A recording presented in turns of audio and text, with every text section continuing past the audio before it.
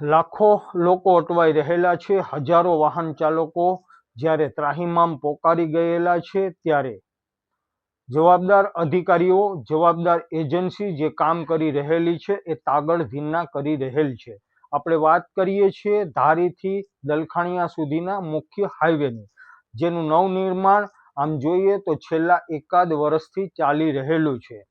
લોકો અકસ્માતના ભોગે પોતાના પ્રાણ ત્યાગી રહેલા છે. કમકમાટી ભર્યા મોત પણ નિપજ્યાના દાખલા છે.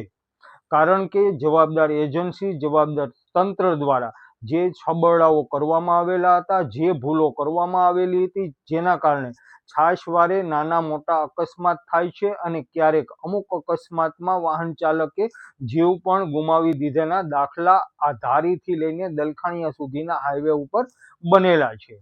આ હાઈવે કે જે આપ સહુ નિહાળી રહેલા છો, જ્યાં જે સરકારી જવાબદાર કચેરીના જવાબદાર ઇજનેર, જવાબદાર અધિકારીની ભૂલોના કારણે આજે લોકો ત્રાહિમામ પોકારી ગયેલા છે અને એ છેલ્લા એક વર્ષથી આ કામ શરૂ છે, પરંતુ કામ પૂર્ણ થવાનું નામ નથી લેતું.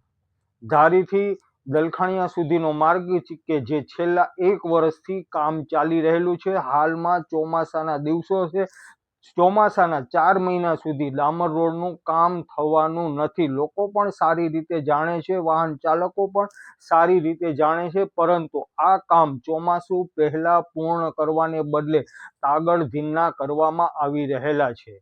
જવાબદાર અધિકારીને આપણે ટેલિફોનિક સંપર્ક પણ કરીએ છીએ, પરંતુ તેઓ હંમેશા પત્રકારોના ફોન રિસીવ કરતા નથી. એ આદત ધરાવી રહેલા છે. કદાચ એટલા માટે આપણો ફોન રિસીવ થતો નથી. જવાબદાર અધિકારીને પણ આપણે સીધો સવાલ કરી રહેલા છીએ, સરકારી તંત્રને પણ આપણે સીધો સવાલ કરી રહેલા છીએ અને કામ કરી રહેલી એજન્સીને પણ આપણે સીધો સવાલ કરી રહેલા છે કે શા માટે ધારીથી દલખાણીયા સુધીના 10 થી 12 કિલોમીટરના આ રોડની અંદર તમે તાગડધીના કરેલા છે અને લોકોને બાનમાં લીધેલા છે. વાહન ચાલકોને મુશ્કેલીનો સામનો કરવો પડે એવી પરિસ્થિતિમાં તમે લાવી દીધેલા છે.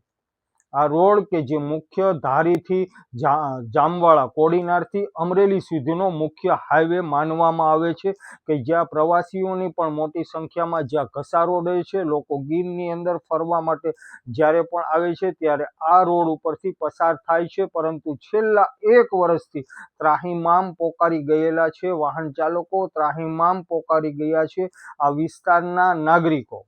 લાઇન પર આ વિસ્તારમાં જે સીસી રોડનું કામ ચાલી રહેલું છે, તેની અંદર પણ તાગડધીના કરવામાં આવેલા છે.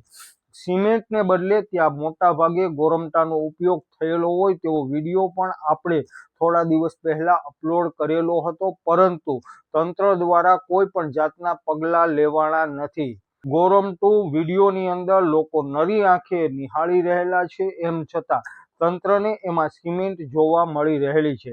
અને એમાં પણ ખાસ કરીને આપણે વાત કરીએ તો જેટલા પણ કોઝવે બનાવવામાં આવેલા છે, જેટલા પણ નાના નાના પુલ બનાવવામાં આવેલા છે, જે બની તો ગયા છે, પરંતુ તેને સમયસર પાણી પાવામાં આવેલું નથી, એટલે કે તેનું પણ બાળ મરણ થઈ શકે એમ છે.